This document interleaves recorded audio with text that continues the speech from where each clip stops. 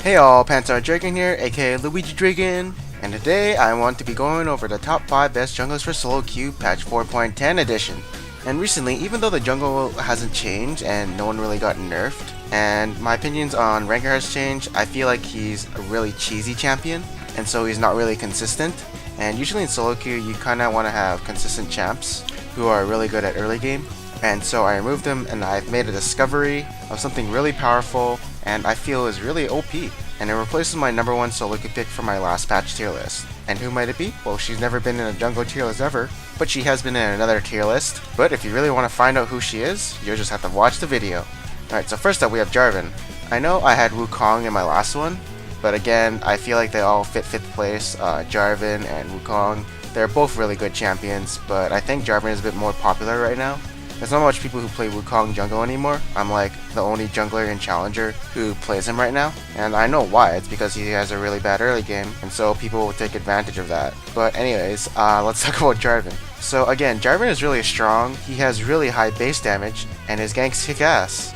And it's funny, he can actually carry games since he has really good AD ratios, so he can build AD. And he doesn't have to build AD, he's also a really good tank. His shield can give him about 510 health, and he can use it twice in one teamfight with enough cooldown reduction. And of course his initiation is really strong. People who are trapped in his Cataclysm will be forced to flash, or use an escape skill. People who don't have escape skills are trapped forever, and can easily be focused by his team. And so yes, he does have really good pick and initiation. The only problem about Jarvan is that you now need to have skill to hit your EQ combo, since the EQ combo's knockup width has been reduced, but that was obviously a while ago. Next up we do have Evelynn. Again, right now she is really strong. She has her stealth, so she's immune to sight wards, and this forces the enemies to either deep ward in your jungle or to get pinks. And if you do spot a pink, you can just easily take it out when you go to that lane. And so it forces the enemy to play passive because you might be around to gank them. If they do not see you on the map, she can be possibly ganking you as we speak.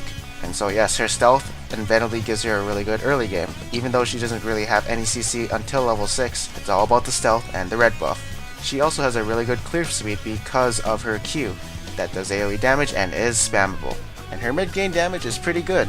All her damaging skills are leveled up, she gains a high hit point shield and a soft initiation. She can flank the enemy team when they're grouped and then just surprise them with an initiation with her ulti. And now it's kind of like this, do we focus the Evelynn that's flanking us and peel her away from our carries? Or do we throw our CC at the people who are in front of us? And the enemy is forced to disperse their AoE damage on what could have been more if Evelynn hadn't flanked them. But of course it is a soft initiation, it's not a hard CC, and that could be a small problem if the enemy has kiting. And also her late game is not that great. Her damage seems to like kind of fall off. She doesn't really have any hard CC, she doesn't really have any peeling tools, and so that's her only problem. And at number 3 we do have Lee Sin. He can probably duel anyone in the game, and he's really good at counter jungling and forcing the enemy back.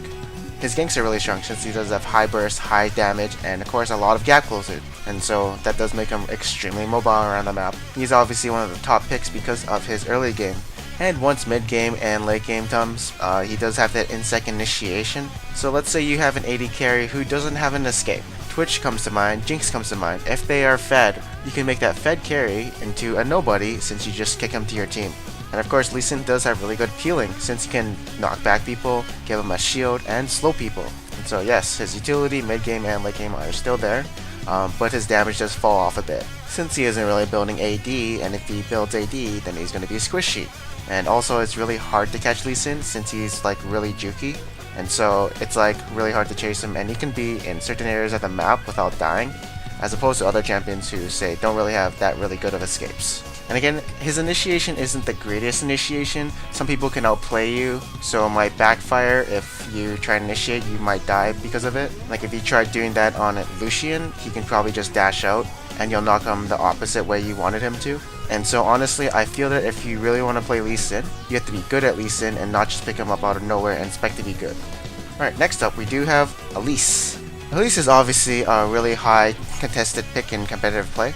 She has a lot in her kit, which makes her a really good early jungler. She does have 2 gap closers, and obviously a lot of early game damage since her auto attacks do hurt in spider form, plus she has an attack speed steroid. And on Elise you can still have 5 pots at the end of your first clear, just because her spiralings can tank the creeps. And so with those 5 pots available, you can keep that early game pressure up and just consistently gank lanes. You don't have to recall for a long while, and of course, she's a pretty good duelist early, just because her damage is so high. And she also has the ability to dive people more often because of her repel, one of the most OP skills in the game, as it does kind of give you a free Zhonya's plus a gap closer. And mid-game and late-game, she doesn't really have an hard initiation, but she brings a lot of utility with her stun, as it does become 2 seconds of a stun. And so she has a lot of utility from that and can peel for her teammates, and of course her burst combo is good for nuking enemies and smacking them down. Overall, she does have really high pressure early game, and then when it comes to mid-game / late game, she has like her 2-second stun on a 6-second cooldown, and of course she can fit into basically any team comp. Alright, so my secret number 1 jungler is Kayle. I don't really like putting other champs into certain tier lists, but my god, Kayle is pretty good at jungling. Yes, I know she's like a really OP champion right now for solo queue, since she does have one of the highest win rates in the game. But let me go on my rave about Kayle in the jungle. So Kayle's always been like a decent jungler, a niche pick sort of. Her ganks are really strong with the Q, and she brings a lot of damage with her E, and her clears become really fast once you get enough AP.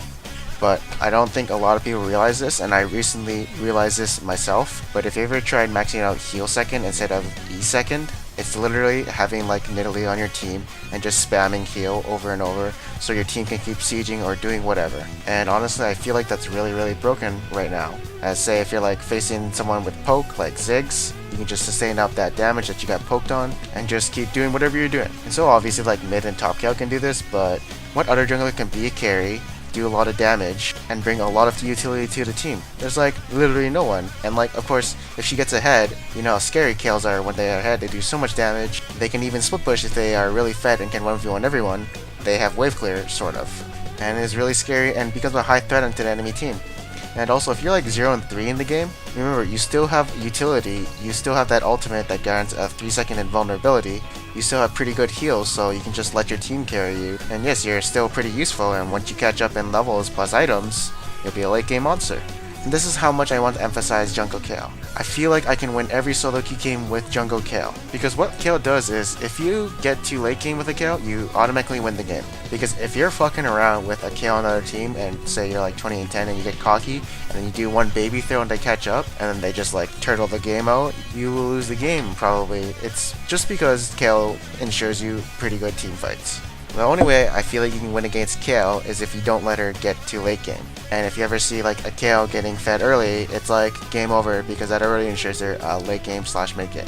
You won't win team fights unless you somehow get a 5-man Malphite alt Yasuo combo. Hey, thank you for watching my tier list. I hope you guys enjoyed it. Check out my other tier list for patch 4.10.